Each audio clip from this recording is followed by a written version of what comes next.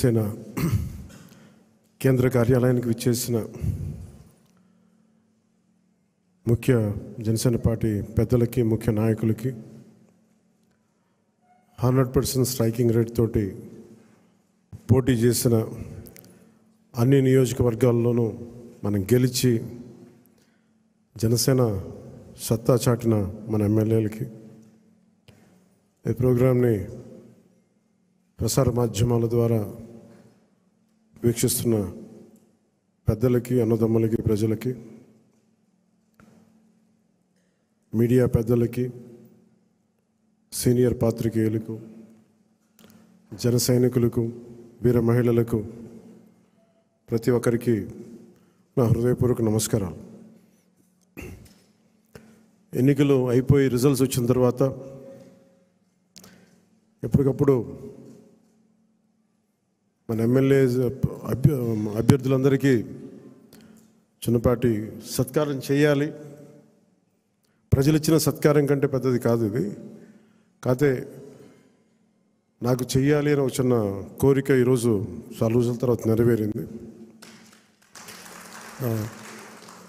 మనం చేసింది మొన్న బాంబేకి వెళ్ళి మన మ్యారేజ్కి వెళ్తే, అంబానీ గారి ఇంట్లో పెళ్ళికి వెళ్తే అందరూ కూడా మాట్లాడుతుంది, ఈ 100% పోటీ చేసిన ప్రతి సీటు మీరు ఎలా గెలిచారు. భారతదేశపు రాజకీయ చరిత్రలో ఇప్పుడు దాకా జరగలేదు. ఇది ఒక కేస్ స్టడీ అయిపోయింది చాలామందికి. చాలా పటిష్టమైన, ఉన్నతమైన పొలిటికల్ ఇన్స్టిట్యూషన్స్కి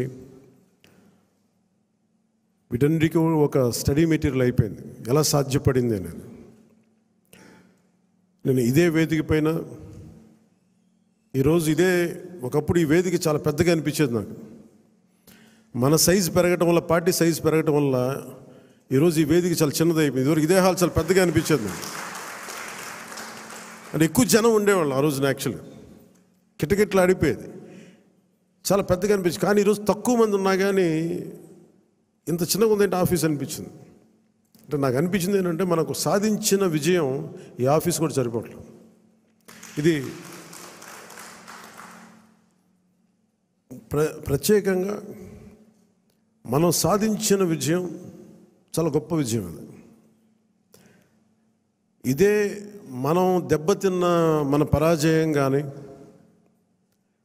మనం తిన్న దెబ్బలు కానీ ఇంకెవరన్నా తగిలిండుంటే కనీసం ఒక పక్షం రోజులు కూడా నడిపేవారా అని అనిపిస్తుంది.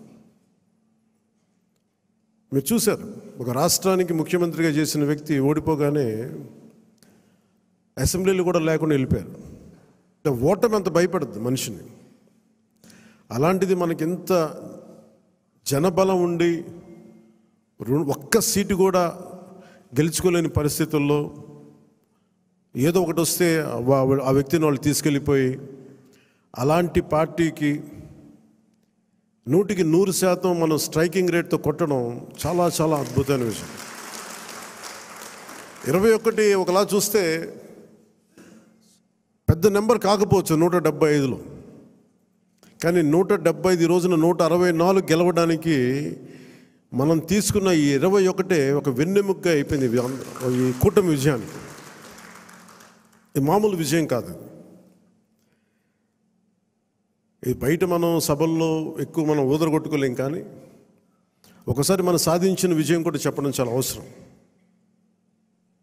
ఇది నా వ్యక్తిగతంగా నేను చాలా సందర్భాలు కొన్ని సినిమాల్లో ఏదైనా చేసినా కానీ, నేను పెద్ద మాట్లాడినా కానీ, ఇది ప్రజలకు సంబంధించిన విజయం కాబట్టి, ఒక మార్పు కోరుకుంటే కోట్లాది మంది ప్రజల రోడ్ల మీదకి వస్తారు. మనం చూసాం ఎంత నలిగిపోయామో మనందరం. ఇందాక పెద్దలు మనోహర్ గారు చెప్తున్నట్టుగా రోడ్డు మీదకి రావాలంటే భయపడిన సంవత్సరాలు అవన్నీ. ఒక పోస్ట్ పెట్టాలంటే భయం అందరికీ. ఏదైనా ఒక అభిప్రాయం చెప్పాలంటే భయం. పచ్చి బూతులు తిట్టేయడం, ఇంట్లో చిన్నపిల్లల్ని పెద్దని చూడకుండా భయపెట్టేయడం, క్యారెక్టర్ అసాసినేషన్ కేసులు, సాక్షాత్తు ఒక పార్లమెంట్ సభ్యుడిని బంధించి మరీ తీసుకొచ్చి ఉన్నతాధికారుల చేత ఈ గుంటూరు ఈ సిఐడిదే ఆఫీస్లో ఆయన మీద పాశవికంగా ఆయన కొట్టించిన తీరు, 4 దశాబ్దాల సుదీర్ఘమైన అనుభవం ఉన్న ముఖ్యమంత్రిని కూడా, ముఖ్యమంత్రిగా చేసిన వ్యక్తిని కూడా, ప్రస్తుతం ముఖ్యమంత్రిగా ఉన్న శ్రీ నారా చంద్రబాబు నాయుడు గారిని కూడా జైల్లో పెట్టి 53-54 రోజులు అలాంటి భయభ్రాంతులు చేసిన ప్రభుత్వం, రోడ్డు మీదకి ఒక నోరు తెరిచి మాట్లాడాలంటే భయం, అడ్డగోలు ఇసుక దోపిడీలు, ఇలాంటి నేపథ్యంలో 5 కోట్ల మంది ప్రజలకి వెన్నుదన్నుగా నిలబడింది జనసేన పార్టీ. రోడ్ల మీదకి రావాలంటే భయం వచ్చింది. ఈరోజు మనకి 100% ఎందుకు వచ్చింది అంటే 5 కోట్ల మంది ప్రజలకి గుండెల్లో ధైర్యం నూరిపోసాం. మనం దెబ్బలు తిన్నాం మనందరం. మన ఎవరు ఇక్కడ ఉన్న వేదిక పైన వీళ్ళుంటే, మన గెలిచిన ఎమ్మెల్యేలు ఉంటే, పోటీ మీకు అన్ని స్థానాల్లో బలం ఇచ్చిన మన జన సైనికులు, వీర మహిళలు, ఇక్కడ ఆసీనులైన నాయకులు ప్రతి ఒక్కరూ మీరందరూ ఉండబట్టే ఈ విజయం సాధ్యమైంది. 21 మంది ఎమ్మెల్యేలు ఇక్కడ మేము కూర్చోగలిగామంటే నాతో సహా అది మీ అందరి కష్టం, శ్రమ, మీ మేధో మదనం, మీ ఎలక్షనీరింగ్ కేపబిలిటీ. జన సైనికులు అసలు పోటీ చేయని చోట్ల, మనం పోటీ చేసిన చోట్ల జన సైనికులు చేశారు, వీర మహిళలు చేశారంటే అదొక మన కోసం చేశారు అనుకోవచ్చు. కానీ మన పోటీ చేయని చోట, మనం పోటీ చెయ్యని మిగతా 160 మన మిగతా అన్ని చోట్ల అసలు ఎలా నిలబడ్డారు కూటమికి, తెలుగుదేశానికి కానీ భారతీయ జనతా పార్టీ కంటే నాకు నిజంగా చాలా చాలా ఆనందం వేసింది. అలాంటి జన సైనికులకి, వీర మహిళలకి చేతులెత్తి మీ అందరికీ మనస్ఫూర్తిగా మీకు నమస్కరిస్తున్నాను. అంటే మీరు రాష్ట్రం కోసం తపన పడ్డారు, రాష్ట్ర బాగోగు కోసం తపన పడ్డారు. సో మీ అందరికీ చాలా చాలా మనస్ఫూర్తిగా నేను ఈ సందర్భంగా నేను మీకు ధన్యవాదాలు తెలుపుకుంటా ఉన్నాను. అలాగే మనం అడుగుతా ఉన్నారు, ఏమైనా ఆశించావా నువ్వు, పదవులు, ఉప ముఖ్యమంత్రి అవుతామని ఆశించావా? నిజంగా చెప్పాలన్నా నిజంగా ఏమి ఆశించలే. మీరు చూశారు అసెంబ్లీలో కూడా మొట్టమొదటి నేను మాట్లాడినప్పుడు, ఎవరైతే, మన దురదృష్టం ఏంటంటే మనందరం కూడా చరిత్రను ఎప్పుడు మర్చిపోతూ ఉంటాం. నిన్నగాక మొన్న వచ్చిన నాయకులు గుర్తుండిపోతారు, కానీ ఈ నేల కోసం ఎవరు త్యాగం చేశారో వాళ్ళు మర్చిపోతూ ఉంటాం. మన అమరజీవి పొట్టి శ్రీరాములు గారి పేరు ఎందుకు చెప్పానంటే, పేరును ఒక డొక్కా సీతమ్మ గారి పేరు ఎందుకు చెప్పానంటే, వారి చేసిన సేవలు మర్చిపోతే మనం కృతజ్ఞహీనులు అయిపోతాం. అందుకే నాకు ప్రత్యేకించి వారి ప్రేరణతో వచ్చినవాడిని. ఒక వ్యక్తి మన కోసం ఎందుకు త్యాగం చేయాలి, అలాంటి ప్రేరణతో వచ్చాను. అందుకే నేను పదవులు ఏమి ఆశించలే. అలాంటి పదవులు ఆశించిన వాడిని నాకు వచ్చి నేనేమి ఎవరిని పదవి అడగలేదు, ఏమి చేయలేదు. మీరు చూస్తే నేను ఎక్కడ కూడా ఎలక్షన్ టైంలో నేను ఉప ముఖ్యమంత్రి అవుతానని కానీ అసలు ఏమీ నేను మాట్లాడలేదు, దాని గురించి చెప్పలే. పదవులు ఉన్నా లేకపోయినా పని చేద్దాం, ప్రజల కోసం పనిచేద్దాం, నిలబడదాం, ఈ తప్పని తప్ప వేరే ఆలోచన లేదు. అలాంటి మనకి ఈరోజున మన ప్రభుత్వంలో భాగస్వామ్యం అవటం మనందరికీ కూడా చాలా పెద్ద బాధ్యత. మనం ఈ 21 మందిని కూడా మన ఎమ్మెల్యేలు కానీ మిమ్మల్ని కానీ కలవడానికి ఎందుకు ఇంత టైం పట్టింది అని అంటే, నేను ఎప్పుడు అధికారం నేను చూడలేదు, ఎమ్మెల్యేగా అడుగు పెట్టలే, అధికారం ఎప్పుడు చూడలే. ప్రజలతో పోరాటం చేసుకుంటూ వెళ్ళిపోయాను తప్ప ఎక్కడ కూడా అధికారం ఎలా ఉంటుంది, దాని తాలూకు కష్ట నష్టాలు ఏంటి, దాని లోతుపాతు ఏంటి మనకి ఎప్పుడు తెలియదు. అసలు నాకు బాధ్యత తీసుకోగానే చాలా కీలకమైన శాఖలు మనం తీసుకున్నాం. సివిల్ సప్లైస్, అలాగే సినిమాటోగ్రఫీ, టూరిజం, దాంతోపాటు పర్యావరణం, అటవీ శాఖ,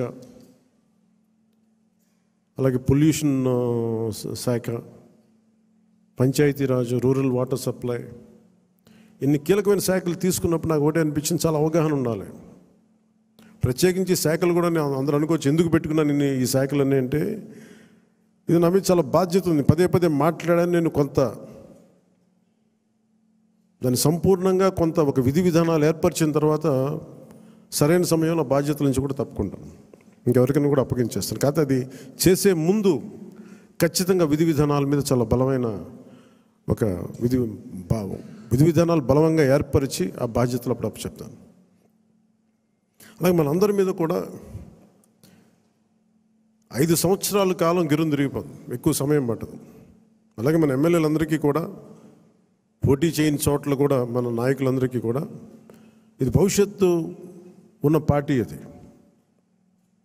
మరి ఎంత బలంగా మనం చేయకపోతే దేశం మొత్తం మన వైపు చూసేలా చేసింది.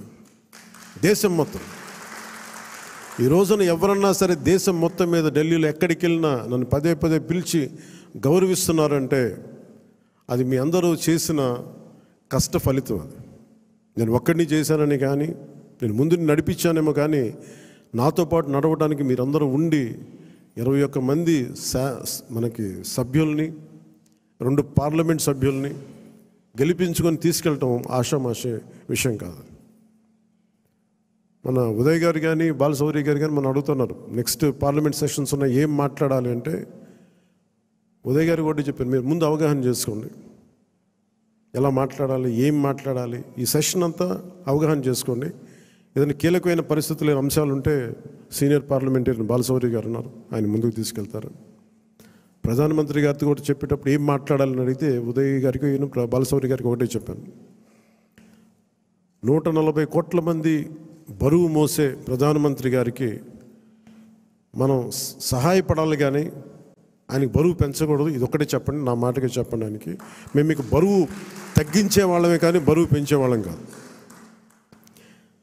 అందరూ అడుగుతూ ఉన్నారు, ఎందుకు వెళ్ళి మీరు ప్రధానమంత్రి గారిని కలవరు, వెంటనే కలవచ్చు కదా అంటే నాకు తెలుసు ఆయనకి ఆయన గుండెల్లో స్థానం ఉన్న తర్వాత ఆయన పక్కన నిలబడాలండి. అది అవసరమైన మేరకు సరైన పరిస్థితులు వచ్చినప్పుడు ముందుకు తీసుకెళ్తాం, కలుస్తాం. అందుకే దశాబ్దం పాటు ఆయన కలవకపోయినా నేను ఎప్పుడు కూడా బాధ్యతలు మోసే ప్రతి ఒక్కరికి కూడా నేను అండగా ఉండాలని కోరుకునేవాడిని. బరువు పెట్టకూడదు వాళ్ళకి అని కనీసం కూర్చోబెట్టి ఒక ఫోన్ కాల్ కూడా చేయను. ఎందుకంటే మీకు అవసరమైతే ఒకటే చెప్తాను, మీకు అవసరమైతే నేను ఎప్పుడు ఉంటాను ఒక్క మాట చెప్పండి నాకు, నేను మీకు అండగా ఉంటానని చెప్తాను. నాకు అట్లా జన సైనికులు, వీర మహిళలు బలంగా నిలబడిపోయారు. నాకు ఏం ఆశించలేదు, ఎవరు కూడా చిన్న పదవి ఆశించలా, ఏం ఆశించలా. వాళ్ళ కోరికల్లో మార్పుగా రావాలి, ఆ మార్పు కోసం మేము నిలబడాలి అని ఒక కట్టుదిట్టమైన ఆకాంక్ష తప్ప ఇంకే స్వార్థం లేదు. అలాగే మన నాయకులు కూడా, పోటీ చేయని నాయకులందరికీ కూడా పేరు పేరున మీ అందరికీ ధన్యవాదాలు తెలుపుకుంటా ఉన్నాను. నేను 21 సభ్యులు మొన్న పిఠాపురం సభలో కూడా చెప్తా ఉన్నాను. చిన్నప్పుడు మా టీచర్ చెప్తా ఉన్నారు, ఆయన బైబిల్లో ఇప్పుడు ఆయన వెళ్ళే సిచ్యువేషన్కి వెళ్ళే టైంకి ఆవిడ ఏదో చదువుతూ ఉన్నారు, బైబిల్ చదువుతూ ఉన్నారు. ఆవిడ మాట్లాడేది ఏదో ఒక రోజు వెళ్తే ఏదో చదువుతూ ఉంటే నన్ను పిలిచి, నువ్వు ఇది ఎన్రా నీకు మంచిదని చెప్పారు. ఎందుకు చెప్పారు తెలియదు కానీ నిజంగా పనికి వచ్చింది నాకు. తను తగ్గించుకున్నవాడు హెచ్చింపబడును, నీకు మంచిది అవుతురా నీకు. ఆ మాట ఏంటి నేను ఎప్పుడు అనుకునేవాడిని, అంటే మనం ఎంత సాధించినా తగ్గి ఉండడం చాలా అవసరం. అంటే ఏమీ లేని ఇస్తరాకి ఎగిరి పడుతూ ఉంటుంది, ఎగిరెగిరి పడుతుంది. అన్నీ ఉన్న ఇస్తరాకి చాలా నిండుగా ఉంటుంది. అలాగే ఎన్ని స్థానాలు అని కంటే కూడా ఎంత బలంగా చేసామనే దాని మీద అందరూ అన్నారు. ఆ రోజున తాడేపల్లిగూడెం సభ, మన బొలిశెట్టి గారు రోజుగా ఉన్నప్పుడు అందరూ కూడా తాడేపల్లిగూడెం సభ చేద్దాం, మనం 24 స్థానాలకి పోటీ చేస్తాం అని చెప్పిన తర్వాత మొట్టమొదటి సభ కూటమికి ఎప్పుడు వచ్చే ఉధృతి లేదు. ఆ రోజున అందరూ చెప్తారు, నాకేం తేడా కనిపించలేదు కానీ బట్ అందరికీ ఒకటే అనిపించింది, ఉధృతి లేదు, హుషారు లేదు, మీరు పాడు చేసిన నానా రకాలుగా మీ అందరికి అభిప్రాయాలు ఉన్నాయి. ఆ రోజు నేను దాన్ని తప్పని చెప్పట్లా. ఆ రోజు మనం ఊహించామా 24 అంటే కూడా 24 మళ్ళీ తగ్గి 21 అయిపోయింది. ఇన్ని తగ్గి కూడా మనం దేనికోసం నిలబడ్డామంటే మనకు బలంగా, నేను చెప్తున్నాను, ఆన్ యావరేజ్ జనసేన ఓటింగ్ బలం లేని చోట అన్ని ఒక యావరేజ్ తీసుకుంటే, సరాసరి తీసుకుంటే 175 నియోజకవర్గాల మీద మనకు ఖచ్చితంగా ఒక 20% ఓటింగ్ పెరిగింది. 7% నుంచి 20% ఓటింగ్ పెరిగింది. కానీ మనం తక్కువ చేయటం వల్ల మనం పదే పదే మన అందరికీ మనం ఎందుకు తక్కువ చేసి ఎందుకు కూటమి రావాలని పదే పదే చెప్పడం వల్ల మీరు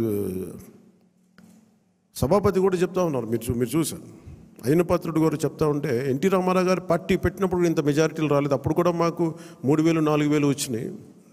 కానీ ఈ రోజున చూస్తే ఒక్కొక్కరికి 30,000, 40, 70, 90 అసలు ఊహించని మెజారిటీ. ఒక ఎంపీకి వస్తే ఇలాంటి మెజారిటీస్, అలాంటి మెజారిటీలతోటి కొట్టారంటే ఇది జనసేన తాలూకు బలం ఎంత మీకు బలంగా ఓట్ టర్న్ అయిందో మనందరికీ తెలుస్తూ ఉంటుంది. ఇది మనం నిజంగా చాలా ఆనందపడాల్సింది, మనం గర్వించాలి. అట్ ది సేమ్ టైం చాలా బాధ్యతగా కూడా దీన్ని ముందుకు తీసుకెళ్ళాలి. అలా ఇంకో నాకు మన నాయకులందరికీ కూడా నా విన్నపం, ఎవరిని కూడా వైసీపీ నాయకుల్ని కానీ ప్రత్యర్థి పార్టీకి సంబంధించిన ఎవరు కానీ వాళ్ళు మన శత్రువులు కాదు. వాళ్ళు ఇంక్లూడింగ్ వైసీపీ కూడా మనకు శత్రువులు కాదు, మన ప్రత్యర్థులే. రాజకీయ పార్టీ వాళ్ళు మన శత్రువులుగా పరిగణించవచ్చేమో నాకు తెలియదు, అలాగే చేశారు వాళ్ళు. కానీ మనం వాళ్ళని శత్రువులుగా పరిగణించట్లేదు. ఈ మెసేజ్ మీరు దయచేసి లోతుగా మీరు అర్థం చేసుకోవాలి. వాళ్ళని పీడించడం కానీ వాళ్ళు చేసిన తప్పులు మనం చేయకూడదు. అలా అని చెప్పి మనం ఏం చేతులు కట్టుకుని ఏం లేవు. వాళ్ళు చేసిన తప్పులు ఉంటే చట్టం ప్రకారం మన పివి నరసింహారావు గారు ఉటంకించినట్టుగా మన పిఠాపురం సభలో కూడా చెప్పాను. చట్టం ఏ పనులు చేయాలో ఆ పనులు చేసుకెళ్ళిపోతూ ఉంటుంది. కానీ కక్ష సాధింపుగా కూర్చోబెట్టి వాళ్ళని వేధించడం కానీ, సామాజిక మాధ్యమాల్లో నిందించడం కానీ, అలాగే ఎవరిని కూడా వ్యక్తిగత దూషణకి దూరంగా ఉండమని నేను అందరినీ కోరుకుంటా ఉన్నాను. నిజంగా యుద్ధం వస్తే మటుకు, గొడవే వస్తే మటుకు అది వెనకాడం, అది మీ అందరికీ తెలుసు. భావంలో ఉన్న తీవ్రత మనకు భాషలో చూపించక్కర్లా. చాలా మర్యాదగా మాట్లాడదాం, అన్నీ చేద్దాం. కానీ మీరు ఇందాక మనోహర్ గారు చెప్తున్నప్పుడు కూడా సబ్జెక్ట్ అవగాహన ఉన్నప్పుడు, దానికి లాజిక్ అండ్ రేషనాలిటీ, దానికి రెటారిక్ యాడ్ అయినప్పుడు దాని తిరుగులేని ఆయుధం. దానికోసం తీవ్ర పదజాలం కానీ పరుష పదాలు కానీ మనం వాడాల్సిన అవసరం లేదు.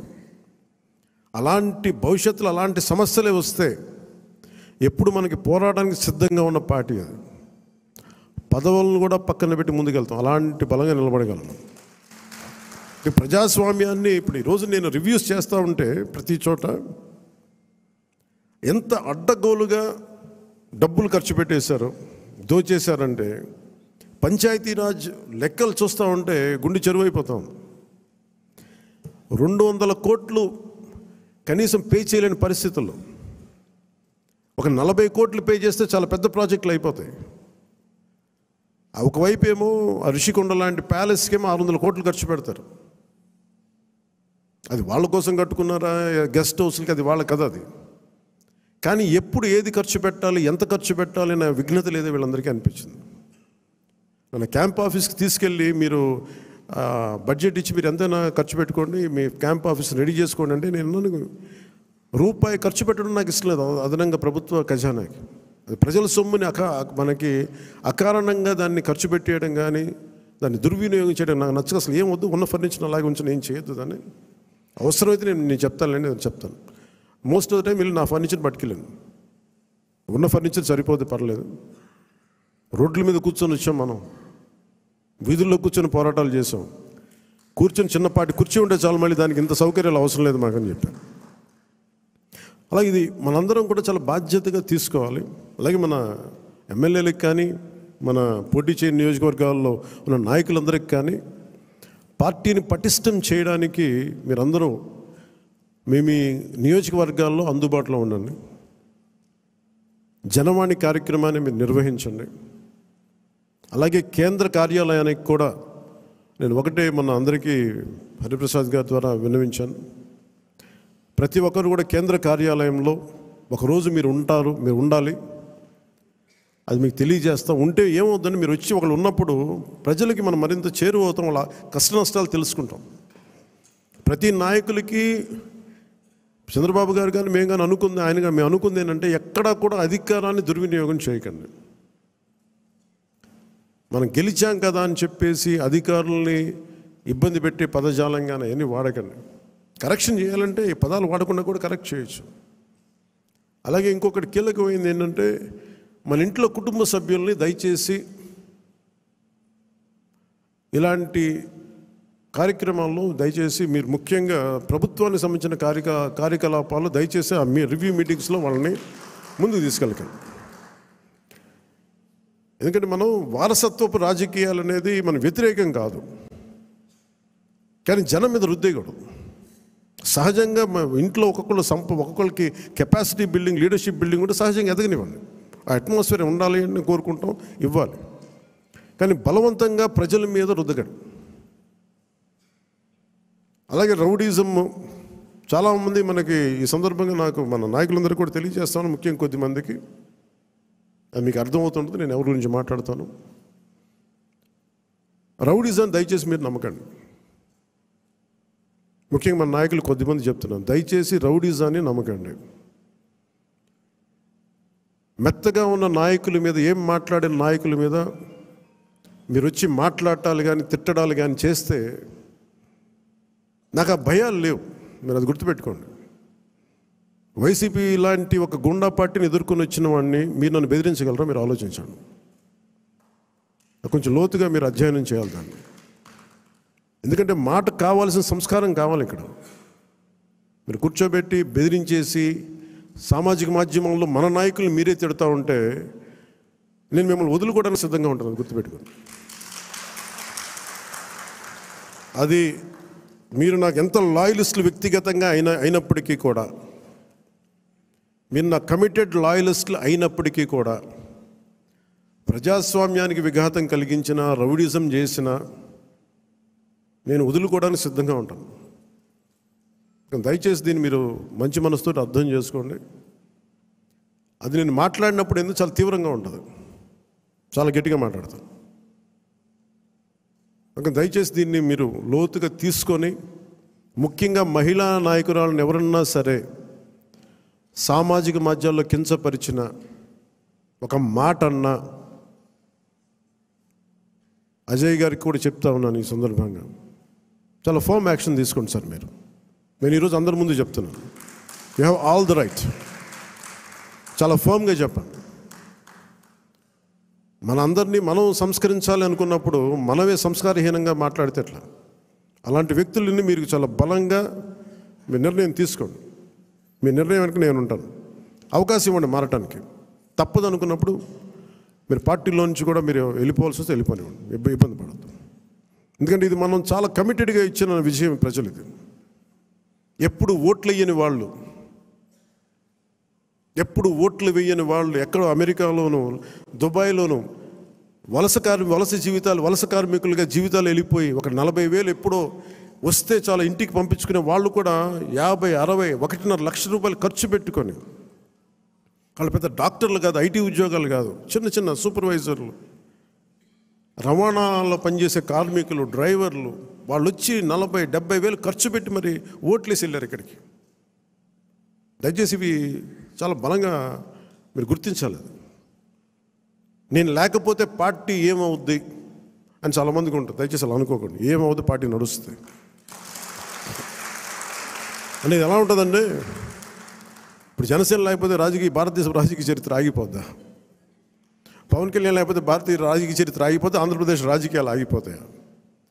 దీన్ని నేనేం చేస్తాను, ఒక అవకాశంగా తీసుకోవాలి ప్రజలకు సేవ చేయడానికి తప్ప, నేను లేకపోతే పాలిటిక్స్ లేవు, నేను లేకపోతే అసలు వీళ్ళు ఎలా గెలుస్తారు. కాలం చాలా చాలా గొప్పది.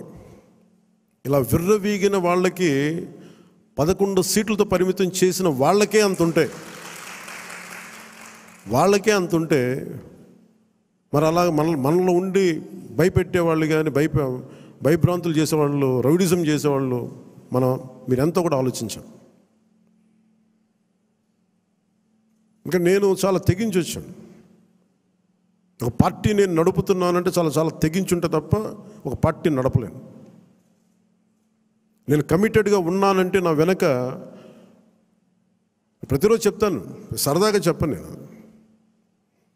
24 గంటలు బతకడానికి నేను ఉంటాను. అంతకుమించి నా దగ్గర భవిష్యత్తు కూడా పెద్ద ఆలోచించాను నేను. అలా అంత బలంగా నేను ఉండబట్టే ఈ రోజున జనసేన ఆంధ్రప్రదేశ్ 5 కోట్ల మంది ప్రజలకి భూతం అవ్వడమే కాకుండా ఎన్డీఏ కూడా బలం అయిపోయింది, మనం గెలిచిన అన్ని సీట్లు. అంటే ఇవన్నీ ఎందుకు చెప్తున్నానంటే నేను అంత తెగించి ఉన్నాను నా దేశం కోసం, నా సమాజం కోసం. దయచేసి దాన్ని అందరూ దృష్టిలో పెట్టుకోండి. ఎవరైనా సరే ఇలాగ మనలో భయపెట్టేవాళ్ళు, రౌడిజం చేసేవాళ్ళు, విర్రవీగేవాళ్ళు కూడా ఒకటే మాట ఏంటంటే, నా వెనక నాలాగా కమిటెడ్గా ఏ స్వార్థం ఆలోచించని జన సైనికులు, వీర మహిళలు అనేక మంది ఉన్నారు. వాళ్ళు మామూలు వాళ్ళు కాదు. వాళ్ళు ఎవరు, వాళ్ళు ఏం ఆశించరు. పని చేసి మళ్ళీ కనిపించరు కూడా కనిపించరు. ఎక్కడెక్కడ విదేశాల్లో ఉంటారు. మొన్న వెళ్తే మన అంబానీ గారి మ్యారేజ్కి వెళ్తే జాతీయ జన ఆజ్ తక్ అని వీళ్ళు ఇదే చెప్తున్నారు, మీరు భారతదేశానికి మీరు చేసింది మామూలు కాదు. మీరు సనాతన ధర్మాన్ని బలంగా నిలబెట్టారు. మీరు అంటే మీరు సినిమాల్లో ఉండి సూపర్ స్టార్డమ్ సాధించి రాజకీయాల్లో మలుపు తిప్పే రాజకీయం చేసి ఇవన్నీ తగ్గి మీరు నిలబడగలరు చూసారా. అందుకు మిమ్మల్ని ప్రేరణగా తీసుకోవాలని చెప్తా ఉంటే నేను చెప్పాను, ఇది గొప్పగా నేను మాట్లాడట్లేదు, కానీ నేను ఇంత బాధ్యత నేను నడిపిస్తున్నానని చెప్తున్నాను. ఇది సో ఇలాంటి నాకు దయచేసి క్రమశిక్షణ రాహిత్యంతో దయచేసి నాకు తలపోట్లు తీసుకురాకండి. ఎందుకంటే నేను నా రక్తాన్ని కూడా పక్కన పెట్టేయగలను, గుర్తుపెట్టుకోండి. నా కుటుంబాన్ని కూడా పక్కన పెట్టేస్తాను. నేను జనం కోసం అయితే నా కుటుంబాన్ని కూడా పక్కన పెట్టేస్తాను. అలాంటిది నా సొంత బిడ్డలతో సహా పక్కన పెట్టేయగలను. నేను అంత నిస్వార్థంగా, అంత గట్టిగా ఉంటాను. ప్రజాక్షేమం కోసం, ప్రజాస్వామ్య పరిరక్షణ కోసం నేను అంత బలంగా ఉంటాను. అందుకని దయచేసి అందరూ కూడా నన్ను ఏదో తిట్టేస్తే భయపడిపోతాను, నేను లేకపోతే ఇక్కడ గెలవం, పంచాయతీ ఎన్నికలు రావచ్చు, మున్సిపల్ ఎన్నికలు రావచ్చు, నా సత్తా ఏంటో అనుకునే వాళ్ళందరికీ కూడా ఏంటంటే సంతోషం. నేను అక్కడ దెబ్బతింటానికి సిద్ధంగా ఉంటాను తప్ప కాంప్రమైజ్ అవ్వడానికి నేను సిద్ధంగా ఉన్నాను. ఏం పోతుంది చెప్పండి నాకు. ఈ రోజున 21 మంది ఎమ్మెల్యేలు, 2 మంది 2 ఎంపీలు అయ్యారు. ఇవన్నీ గెలవకపోతే ఏమన్నా అయిపోతాం. ఫలితాలు ఇంకొకలా వచ్చింటే ఇలాగ ఉండేవాడిని, ఏం మారేది కాదు. అందుకని దీన్ని దయచేసి అందరూ పెద్ద మనసుతో అర్థం చేసుకోండి. నాయకులందరికీ కూడా దయచేసి పదే పదే మీ కుటుంబంలో ఉండే మీ సహాయానికి, మీకు సహాయకారిగా ఉండటానికి నాకు అభ్యంతరం లేదు, కానీ వాళ్ళని భవిష్యత్తులో వాళ్ళే మా తరం వారసులను చెప్పడం కొంచెం ఇబ్బందిగా ఉంది బయట. ఎందుకంటే అలాంటప్పుడు నేను కూడా నా పిల్లలు ప్రమోట్ చేస్తూ కూర్చుంటే ఇంకా దీనికి కొత్తదనం ఎక్కడి నుంచి వస్తుంది చెప్పండి. ఇబ్బందిగా ఉంటుంది. అది సహజంగా మీ బిడ్డలు మీరు ఎదగాలనే కోరుకుంటున్నాం. రాజకీయాలు వస్తే నాకే ఇబ్బంది లేదు. I'm not against legacy, but let it happen in organic way, సహజ క్రమంలో జరగనివ్వండి. అందుకని ఇలాంటి ప్రతి చోట ఇవి కొన్ని వినిపిస్తూ ఉన్నాయి. ఇది అందరి ముందు చెప్తే ఇది అందరూ మనం ఒకసారి ఒక లోపలికి ఆత్మపరిశీలన చేసుకోండి. అందరూ సహజ క్రమంలో వస్తే నాకు ఇబ్బంది లేదు, కానీ దాన్ని దయచేసి ప్రజల మీద రుద్దకండి. అదొకటి నా విన్నపం అందరికీ. అలాగే మనం మనం ఏం మాట్లాడుతున్నా it is not Janasena victory. ఇది తెలుగుదేశం, భారతీయ జనతా పార్టీ, జనసేన కూటమి విజయం. అది ఎక్కడ కూడా మనం సాధించిన విజయం మనం ఏదో కూర్చోబెట్టాం, ముందు పెట్టాం. దయచేసి తెలుగుదేశం పార్టీ నాయకుల్ని కానీ, కార్యకర్తలను కానీ, భారతీయ జనతా పార్టీ నాయకులను కానీ, కార్యకర్తలను కానీ దయచేసి ఎక్కడ కూడా మనం తోలనాడొద్దు, తక్కువ చేయొద్దు. ఒకళ్ళు చేసిన తప్పుకి, ఒకవేళ పొరపాటు నేను తప్పులు జరిగితే భవిష్యత్తులో జరిగాయని చెప్పట్లేదు, కానీ భవిష్యత్తులో అలాంటి జరిగితే దానిని వ్యక్తికి కేంద్రీకరించండి. అంతే. గబుక్కుని ఎవరో ఒక మాట అనేస్తారు. గబుక్కుని మన నాయకులు కూడా గబుక్కుని ఒకసారి ఒక మాట అంటితే అది జనసేన అన్నట్టు కదా, సదరు వ్యక్తి అన్నట్టుగా. అలాంటి విధి విధానాలు ఏమంటే మనందరం కూర్చొని ఇబ్బందిగా ఉంటే కూర్చొని ఒక నిర్ణయం తీసుకుంటాం తప్ప వ్యక్తిగతంగా మీరు ఎవరిని కూడా దయచేసి కించపరిచేలాగా ఇవన్నీ చేయకండి. ఎందుకంటే చాలా పని ఉంది మనకి. 200 కోట్లు తేలైపోతున్నాం ఈ రోజున. పంచాయతీల్లో డబ్బులు లేవు, బ్లీచింగ్ పౌడర్కి డబ్బులు లేవు. సో ఈ మధ్యనే వరల్డ్ బ్యాంక్ వాళ్ళతో మాట్లాడుతూ ఉంటే వాళ్ళు ఒకటే మాట్లాడుతాం, మీరు కమిటెడ్ లీడర్షిప్ మీరు ఇవ్వండి, మేము మీకు డబ్బులు ఇచ్చే బాధ్యత మేము తీసుకుంటాం, మీకు పెట్టుబడులు ఇచ్చే బాధ్యత మేము చాలామంది చెప్తాం. గత ప్రభుత్వంలో మాకు ఆ నమ్మకం రాలేదు. మీరు చాలా కమిటెడ్గా ఉన్నారని మాకు అర్థమవుతూ ఉంది.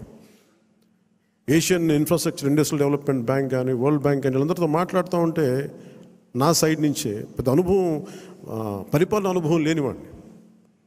అందుకనే చంద్రబాబు గారి అనుభవం చాలా అవసరం రాష్ట్రానికి. నేను మొదటి నుంచి అదే చెప్తున్నాను, ఇప్పుడు అదే చెప్తున్నాను. ఎందుకంటే 4 దశాబ్దాల సుదీర్ఘ అనుభవం, పరిపాలన అనుభవం ఈ రాష్ట్రానికి చాలా కీలకం. సో అలాంటి పరిపాలనా దక్షత ఉన్న వ్యక్తికి నాతో సహా అందరం చేదోడు వాదోడుగా ఉండాలి. ఈ కూటమి ప్రజలకి సుస్థిరత ఇచ్చి ప్రజలు తమ స్వశక్తి మీద నిలబడే వరకు ఈ కూటమి మనస్ఫూర్తిగా ఉండాలని కోరుకుని దీన్ని ఈ సందర్భంగా మీ అందరికీ తెలియజేసుకుంటున్నాను. సో మీ అందరికీ కూడా పేరు పేరున ఈ సమావేశానికి ఇచ్చేసినందుకు మీ అందరికీ ధన్యవాదాలు తెలుపుకుంటూ, అలాగే ఆర్ఫనేజ్ నుంచి వచ్చారని చెప్తా ఉన్నారు. Which orphanage star? అలాగే పార్టీ తరపు నుంచి ఎస్కేసిబి ఆర్ఫనేజ్ హోమ్ నుంచి వచ్చిన అవసరం SKCB orphanage home, shine orphanage home నుంచి వచ్చిన SKCB orphanage home Swarnalatha Pushpalatha గారికి, షైన్ ఆర్ఫనేజ్ హోమ్ సంధ్యారాణి గారికి, జి సంధ్యారాణి గారికి, ఎన్ సంధ్యారాణి గారికి మనస్ఫూర్తిగా మీ అందరికీ నా హృదయపూర్వక నమస్కారాలు. అంటే మిమ్మల్ని ఏదో నాకు నేను ఎప్పుడు ఏం అడిగానంటే, ఈ డబ్బులు వేస్ట్ అయిపోతూ ఉంటే పూలు తెస్తూ ఉంటారు, అలాగే విగ్రహాలు ఒకటి తేవడం, ఇవి కూడా దయచేసి నేను దాన్ని డిస్కరేజ్ చేస్తూ ఉంటాను. ఈరోజు కాయగూరలు ఎందుకు చెప్పండి, కనీసం మనకి ఇచ్చేది ఏదైనా ఉంటే కనీసం కొద్దిమంది పిల్లలకి ఒక పూట తిండి అవుద్ది. మీరు కూడా ఏదైనా ఇవ్వాలనుకుంటే నాకు కూడా ఇవ్వక్కర్లేదు, దయచేసి డైరెక్ట్గా ఆర్ఫనేజెస్కి ఇవ్వండి. నాకు ఒక మాట చెప్పండి చాలు. మీకు పూలు గుర్తిద్దాం అనుకుంది వాళ్ళకి ఈ విధంగా ఒక 2000 5000 వాళ్ళకి అనాథాశ్రమాలకు ఇచ్చాం. లేదంటే డొక్కా సీతమ్మ క్యాంటీన్లకు, అన్న క్యాంటీన్స్కి మేము అక్కడ డొనేషన్గా ఇచ్చాం. 10 మంది భోజనం చేస్తారు. సో అలాగే నా తరపు నుంచి, పార్టీ తరపు నుంచి కూడా 2 ఆర్ఫనేజెస్కి ₹1,00,000 చొప్పున నేను ప్రకటిస్తున్నాను మీ అందరికీ. నాకు ఉట్టి చేతులతో మిమ్మల్ని కూరగాయలు ఇచ్చి పంపించడం నాకు కొంచెం ఇబ్బందిగా ఉంది. అందుకని మనస్ఫూర్తిగా మీ ఆర్ఫనేజెస్కి చెక్ రాసి రెడీ చేయమని 1 lakh ఇచ్చి. సో మీ అందరికీ ధన్యవాదాలు తెలుపుకుంటూ, ఇది మీకు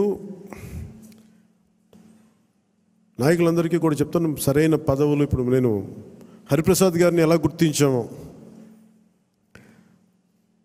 కష్టం చేసిన వ్యక్తిని నేను ఎప్పుడు మర్చిపోను, గుర్తించను. మేము గుర్తించకుండా గుర్తిస్తాను. కాదు, మనకున్న పరిమితమైన అధికారం స్థానాల వల్ల కొంత మనం టీడీపీ తోటి, భారతీయ జనతా పార్టీ తోటి ప్రధానంగా మనం పంచుకోవాలి కాబట్టి కొన్ని బ్యాలెన్స్ చేసుకోవాలి, అడ్జస్ట్ చేసుకోవాల్సినవి ఉంటాయి.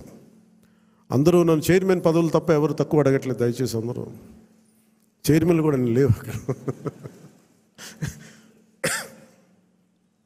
TTD board member, TTD board chairman, అన్ని చైర్మన్లు అడుగుతూ ఉంటే నేను చంద్రబాబు గారి దగ్గర ఎలా తీసుకెళ్ళాలో తెలియట్లే. మరి మా పార్టీ సంగతి ఏంటి, ఆయన ఏంటంటే నేను ఏం చెప్పందని కొంచెం పెద్ద మనసుతోటి నేను అందరికీ ఆ ఫెసిలిటేట్ చేయడానికి ప్రయత్నం చేస్తాను. మనందరికీ ఎవరైతే చేశారో. కాదు, ఇది పదవుల దగ్గర ఆగిపోవద్దు. మీకు నా గుండెల్లో స్థానం ఉంది, మనం మర్చిపోను. నేను కూడా ఇక్కడ దాకా వచ్చి నిలబడ్డాను అంటే, ఇప్పుడు ప్రధానమంత్రి గారు మనం అందరూ అడుగుతున్నారు, మీరు పార్లమెంట్లో మీరు కూర్చొని క్యాబినెట్ ర్యాంక్ తీసేసుకోవచ్చు కదా. అది నేను ట్రాన్సాక్షన్ కాదు. నాకు దేశం మీద ఇష్టం. నాకు నచ్చిన నాయకుడు, మనకు నచ్చిన పార్టీ బీజేపీ తెలియదు తప్ప కూర్చోబెట్టి నేను ఈ పదవి నేను మీకు చేశాను కాబట్టి నాకు ఒక ట్రాన్సాక్షనల్ బేసిస్ మీద నేను రాజకీయం చేయను. సో మీరు కూడా ఆ విధానంలో ఉండాలని కోరుకున్నాను. ఎందుకంటే మీలాగా ఉంటేనే పార్టీకి నిలబడతాం. నేను చూస్తే భారతీయ జనతా పార్టీ విధి విధానాలు చూసి చాలా నేర్చుకోవాలి మనం. ఆర్ఎస్ఎస్లో ఒక ఫ్లోట్ చేసిన ఒక పార్టీ అది. సంఘ్ నుంచి చాలామంది నాయకులు వచ్చి నిస్వార్థంగా చేసి వెళ్ళిపోతారు. వాళ్ళు గుర్తింపు కూడా ఉండదు. జనరల్ సెక్రటరీ అవుతారు, నెక్స్ట్ మినిట్లో వాళ్ళకి మళ్ళీ కార్యకర్తలు వెళ్ళిపోతారు. Of course that's a great organisation like RSS. కానీ దాని నుంచి స్ఫూర్తి తీసుకుంటాం మనం. వాళ్ళు ఎంతసేపు ఆర్ఎస్ఎస్ ఎంతసేపు దేశం, సమాజం, దేశ సమగ్రత మీద ఉంటారు తప్ప వాళ్ళు చాలా నిస్వార్థంగా ఉంటారు. చాలా నిస్వార్థంగా ఉంటారు. ఎంతో కొంత వారి నుంచి ప్రేరణ తీసుకొని మనం కూడా నిస్వార్థంగా పదవులు వస్తే ఖచ్చితంగా మీకు వస్తాయి, తీసుకోండి. పదవి లేనప్పుడు కూడా అంతే కమిట్మెంట్తో పనిచేయాలని నేను కోరుకుంటున్నాను. నేను అలాంటి వాడిని. పదవులు లేవు, ఏమి లేవు, డబ్బులు లేవు, గుర్తింపు లేదు, తిట్లు శాపనార్థాలు తప్ప ఆయన మనం చేశాం కదా. అందుకని దీన్ని కూడా మీరు దృష్టిలో పెట్టుకోండి. ఎందుకంటే అందరి దగ్గర నుంచి తీసుకున్నప్పుడు కూడా మన మహిళా నాయకురాల దగ్గర నుంచి కానీ నాయకుల దగ్గర అందరిని తీసుకుంటే అందరూ కూడా చాలా ఉన్నతమైన కీలకమైన పదవులు అడుగుతూ ఉన్నారు. ఉన్నాయి చాలా తక్కువ. కొంతమందికి పార్టీ పదోన్నతి ఉంటుంది, కొంతమందికి ఈ శాఖల్లో కీలకమైన శాఖల్లో పదవులు అన్నీ నేను ప్రయత్నం చేస్తున్నాను. సో నాకు అవకాశం ఇవ్వండి. కొంచెం తప్పులు ఎక్కడన్నా ఉంటే మీరు కోప్పడకుండా హరిప్రసాద్ గారి దృష్టికి తీసుకురండి,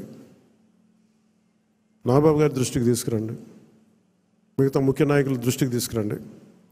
ఎందుకంటే నేను మనోహర్ గారి పేరు ఎందుకు చెప్పట్లేదంటే ఇప్పుడు ఆయన మంత్రి సివిల్ సప్లైస్, ఆయన బిజీగా ఉన్నారు. మొత్తం అక్రమ బియ్యం మీద గోడౌన్ల మీద ముయించేస్తూ ఉన్నారు. అందువల్ల అందుకని ఆయనకి ఈ బాధ్యతలు అప్పచెప్పట్లేదు. రాష్ట్రం కోసం చేయాల్సింది చాలా ఉంది ఆయనకి. అందుకని మీరందరూ పెద్ద మనసుతో అర్థం చేసుకుంటారని ఒకే ఒక మాట చెప్పి ముగిస్తాను. నేను మీకు అండగా ఉండేవాడిని, నిలబడేవాడిని, మర్చిపోనివాడిని.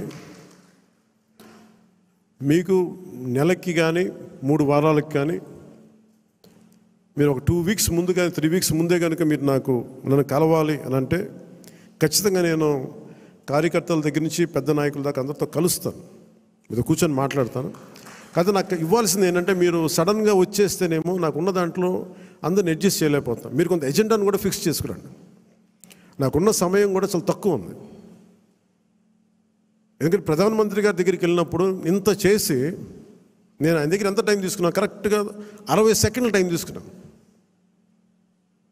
60 సెకండ్స్ అంతే, 60 seconds, less than a minute ఆయన కలిశాను. ఎందుకంటే ఆ స్థాయి అంత పని ఉన్న వ్యక్తులకి మనకు వాళ్ళకి ఇవ్వగలిగేదే మనం ఎక్కువ వాళ్ళ కాలాన్ని దుర్వినియోగం చేయకపోవడం.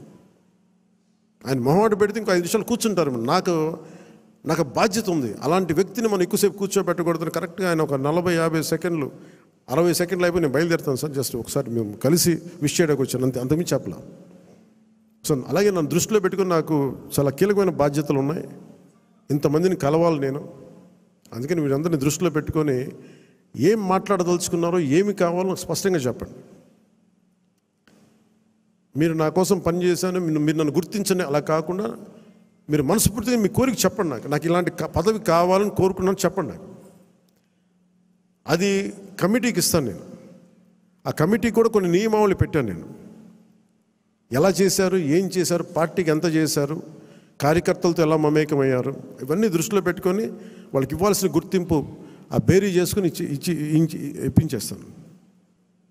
కానీ మీరు ఒక స్టీవ్ జాబ్స్ గుర్తుపెట్టుకోండి, ఏదైనా కావాలంటే మీరు అడగాలి. అడిగితే నేనేం చెప్తానంటే నేను ఫస్ట్ నేను నో చెప్పను ఎవరికి. చాలామంది నా దగ్గరికి వచ్చి చైర్మన్స్ కావాలి, టీటీడీ చైర్మన్ కావాలని కనీసం ఒక 50 మంది అడిగారు ఇప్పటికి నన్ను. ఒకటే ఫస్ట్ సంతోషం, మా ఇంట్లో వాళ్ళు ఒకళ్ళు అడగలేదు, అందుకని ఆనందంగా అనిపిస్తుంది. అంటే గతంలో వైసీపీ వాళ్ళకి మనకు కూడా ఇంట్లో వాళ్ళు వచ్చేసి మొత్తం బంధువులు అందరూ పనిచేసుకుని అంటే భయం వేసింది. మా ఇంట్లో వాళ్ళు కూడా అడుగుతారు కానీ సంతోషంగా ఎవరు అడగల.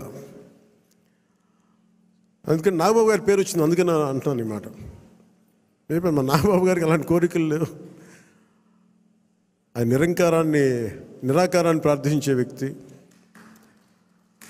ఆయన ఎథీస్ట్ అని చెప్పను కానీ ఒక భగవంతుని విగ్రహారాధనని దాటి ఉండే వ్యక్తి, అసలు నిరాకారాన్ని పూజించే వ్యక్తి. అందుకని ఆయన పేరు ఎలా వచ్చిందని అనుకున్నాను. చాలా ప్రతిదీ కూడా మీరు అడగండి, నేను దానికి నో చెప్పను, నేను పరిశీలిస్తాను. ఒకవేళ ఇవ్వలేని పక్షంలో ఎందుకు ఇవ్వలేదో, ఏమి చేయగలమో నేను మనస్ఫూర్తిగా మీకు మనసు ఇప్పి మన నాయకుల ద్వారా చెప్పిస్తాను. లేదంటే కొన్ని పరిస్థితులు నేనే చెప్తాను. అందుకని దీని పెద్ద మనసుతో మీరు అందరూ అర్థం చేసుకొని మీరు అడగడం అయితే అస్సలు మీరు ఇబ్బంది పడదు, మీరు అడగండి మనస్ఫూర్తిగా. ఎందుకంటే నాకు ఏదైనా కావాలని నేను అడుగుతాను. కాదు నేను ఎప్పుడు నా స్వార్థాన్ని నేను ఏమడగను, నాకు పదవి అడగను. కానీ నేనేమంటానంటే నాకు ప్రధానమంత్రి గారిని అడుగుతాను. ఇప్పటిదాకా ఏం అడగలే ప్రధానమంత్రి గారిని, ఖచ్చితంగా అడుగుతాను. రాష్ట్ర 5 కోట్ల మంది ప్రజల కోసం అడుగుతాను. ఇప్పుడు స్టీల్ ప్లాంట్ని ప్రైవేటీకరణ చేయకుండా పాసిబిలిటీ ఉందా అడుగుతాను. అలాగే మనకి విశాఖలో రైల్వే జోన్ కావాలి, అవన్నీ అడుగుతాను. అలాగే మనకి ఒక 20 లక్షల మందికి ఉద్యోగాలు రావాలని మన కూటమి ప్రభుత్వం అనుకుంటే దానికి తగ్గట్టుగా సర్వీస్ సెక్టర్ని ఎంత డెవలప్ చేయొచ్చు, ఇలాంటివన్నీ అడుగుతాను. పదవి అనేది మనకి బాధ్యత అవ్వాలి, కానీ అది ఒక ఫ్యాషన్ స్టేట్మెంట్, ఒక అలంకారం అవ్వకూడదు.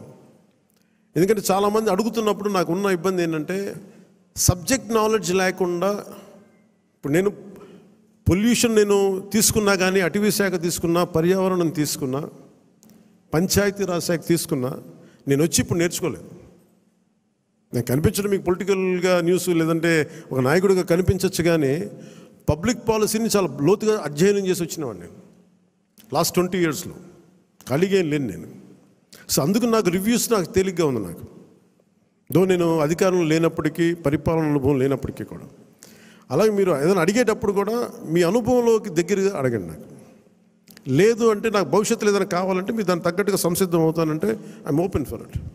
సో అందుకని దీని అందరూ పెద్ద మనసుతో మీరు అందరూ అర్థం చేసుకుంటారని చెప్పి మీ అందరికీ పేరు పేరున మీ అందరికీ ధన్యవాదాలు తెలుపుకుంటూ, ముఖ్యంగా ఈ కార్యక్రమాన్ని ప్రసారం చేస్తున్న మీడియా అధిపతులందరికీ, ముఖ్యంగా మేము 21 మంది మేము గెలవగలిగాం. జనసేన 5.5 కోట్ల మంది ప్రజలకి అండగా నిలబడింది, కూటమి విజయానికి వెన్నుదన్నులా నిలబడింది అంటే మేము చేసిన ప్రతి కష్టాన్ని మీడియా అధిపతులు కానీ, సీనియర్ పాత్రికేయులు కానీ, ప్రతి యూట్యూబర్ కానీ మీదైనా యుద్ధం చేశారు. అది మేము మర్చిపోలేదు. సో మీకు మనస్ఫూర్తిగా నా హృదయపూర్వక ధన్యవాదాలు. ఇక్కడ మా దగ్గర ఛానల్ లేవు. మా దగ్గర నన్ను అందరూ అడిగేవాళ్ళు, ఛానల్ లేదు ఏం చేద్దామంటే, ప్రతి గొంతు మనకి ఛానల్ అవుతుంది, ప్రతి ఫేస్బుక్ మనకి ఛానల్ అవుతుంది, ప్రతి టీవీ మన ఛానల్ అవుతుంది. ప్రజల కోసం చేసినప్పుడు అన్ని ఛానల్స్ మన ఛానల్స్ అవుతాయి. అందుకనే నాకు ఇది మనది కాదు, ఇది వాళ్ళది అని నేను ఎప్పుడు అనుకోను. ఇన్క్లూడింగ్ గత ప్రభుత్వం వాళ్ళ ముఖ్యమంత్రిగా చేసిన ఆయన ఛానల్ని కూడా నేను మనస్ఫూర్తిగా గౌరవిస్తాను.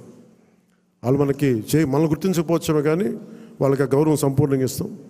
సో మనస్ఫూర్తిగా మీ అందరికీ తెలియజేసుకుంటూ, కృతజ్ఞతలు తెలియజేసుకుంటూ, ముఖ్యంగా లా అండ్ ఆర్డర్కి సంబంధించి ఈ మధ్యన చాలా కీలకం అయిపోయింది. నేషనల్ మీడియా అడిగింది, మన కర్నూలులో జరిగిన సంఘటన, ఉమ్మడి కర్నూలు జిల్లాలో జరిగిన సంఘటన, ఒక చిన్నపాటి బిడ్డ మీద ఏం జరిగిందో అందరూ మైనర్ బాలు ఏం చేశారు మీకు అర్థమైంది. నన్ను స్పందించమన్నారు. ఏం మాట్లాడాలంటే, ఒక 18 ఏళ్ళు దాటిన యువతనైతే ఎలాంటి పనిష్మెంట్ అని ఇచ్చేయచ్చు. ప్రతిసారి ఇలాంటి దుర్ఘటనలు జరిగినప్పుడల్లా ఒక మనిషిని ఎన్కౌంటర్ చేస్తే సమస్య తీరిపోద్దా అనేది ఎప్పుడు నాకు సందేహం. మరి ఏం చెయ్యాలి అనేది కూడా అందరూ కూర్చొని చేయాలి. అందుకని మన వ్యవహార శైలి, ముఖ్యంగా రాజకీయ నాయకుల్లో చాలా మార్పు రావాలి. వీరి భాషా వ్యవహారాల్లో ఇష్టం వచ్చినట్టు తిట్టేసి, ఇష్టం వచ్చినట్టు బూతులు తిట్టేస్తే, నాయకుల్ని రౌడీల్ని పెంచి పోషిస్తే చిన్నపిల్లలకు కూడా అది ఆలవాలం అయిపోయింది. అందుకని లా అండ్ ఆర్డర్ విషయంలో మీరు చాలా టఫ్గా ఉండండి. మన ఎమ్మెల్యేలందరికీ చెప్తా ఉన్నాను, మన ఎంపీలందరికీ చెప్తున్నాను, చాలా చాలా బలంగా ఉండండి, అన్కాంప్రమైజింగ్ ఉండండి లా అండ్ ఆర్డర్ సంబంధించి. అలాగే విద్యా వ్యవస్థలో కూడా మనం నెక్స్ట్ మీటింగ్లో ఎప్పుడు కూర్చున్నప్పుడు దీనికి సమాజం కూడా మారాలి, కొంత బాధ్యత తీసుకోవాలి. ఈ సినిమాలు చూసో లేదంటే సామాజిక మాధ్యమాలకు ప్రతి ఒక్కరూ కూడా మన కుటుంబాల పట్ల మనం బాధ్యత తీసుకోవాలి. ఇదే నేను cabinet meeting, last cabinet meeting నేను వస్తూ ఉన్నప్పుడు ఒక తల్లి ఇక్కడ వచ్చి ఆగింది.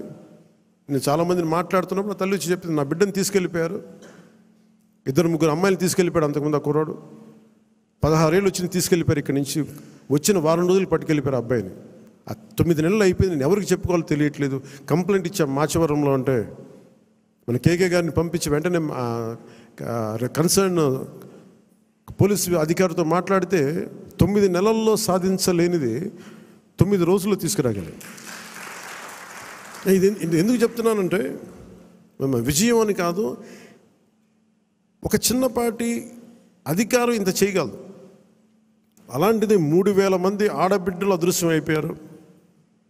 వచ్చిన ఏ పరిస్థితుల్లో తిరిగి వచ్చారో మనకు తెలియదు, వాళ్ళలో ఎంతమంది తిరిగి వచ్చారో తెలియదు. అందుకని ముఖ్యంగా ఆడబిడ్డలకు సంబంధించి మటుకు చాలా చాలా బలమైన మనకి ఈ లా అండ్ ఆర్డర్ సిచ్యువేషన్ చాలా బలంగా ఉండాలి. అందుకని మనందరం కూడా పర్సనల్గా, అపార్ట్ ఫ్రమ్ పార్టీ, మనందరం కూడా దీనికి భవిష్యత్తులో ఇలాంటివి జరగకుండా, నంద్యాల ఇన్సిడెంట్ లాంటివి జరగకుండా ఉండాలంటే ఏం చేయాలి? మాధ్యమాల్లో, ప్రసార మాధ్యమాలు కూడా నా కోరిక ఏంటంటే ఎంతసేపు తిట్ల పురాణాలు కాకుండా మీరు ఇవ్వాల్సింది ఇలాంటి చర్చలు, ఇలాంటి దుర్ఘటనలు జరగకుండా ఉండాలంటే ఏం చేయాలి, దాని మీద కొంచెం హెల్తీ డిబేట్స్ పెట్టండి. మనోహర్ గారు సివిల్ సప్లైస్ ఎంత బలంగా పనిచేసిన మనోహర్ గారు మీకు మనస్ఫూర్తిగా మా అభినందనలు తెలియజేస్తాను. పొద్దున్న హైదరాబాద్లో కూడా మాట్లాడుతున్నారు, అధికార యంత్రాంగం అందరూ మీరు చాలా బాధ్యతగా ఉన్నారు, భయపడుతున్నారు ఏంటని అడిగితే ఇట్లా సివిల్ సప్లైస్ ఇంత బలంగా ఉంది, పనిచేస్తాను. మనోహర్ గారికి అభినందనలు తెలియజేస్తాను. మీరు రావటంలో రేట్లు తగ్గినాయి, మొత్తం నిత్యావసర వస్తువులు తగ్గించారు, అది మీకు హ్యాట్స్ ఆఫ్ మీకు. అలాగే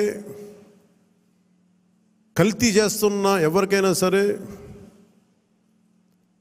మనకి పౌర సరఫరాలకు సంబంధించిన పబ్లిక్ డిస్ట్రిబ్యూషన్ సంబంధించిన రైస్ని అక్రమ ఎగుమతుల్ని ఖచ్చితంగా బలంగా ఎదుర్కొంటాం. అది రేపు క్యాబినెట్ మీటింగ్లో కూడా మాట్లాడుతాం దాని గురించి. పెట్టుబడులు వచ్చేలాగా, భవిష్యత్తు ఆనందదాయకంగా ఉండేలాగా, అందరికీ ఉపాధి అవకాశాలు కల్పించేలాగా భవిష్యత్తులో మనందరి కార్యక్రమాలు ఉంటాయి. మీ అందరికీ నేను అండగా ఉంటానని తెలియజేసుకుంటూ, జస్ట్ మీకు 2 వీక్స్ ముందు మీరు నాకు దయచేసి మీరు అందరూ నా అపాయింట్మెంట్ కావాలి, మీతో నాతో మాట్లాడాలంటే నేను మీకు అందుబాటులో ఉంటాను.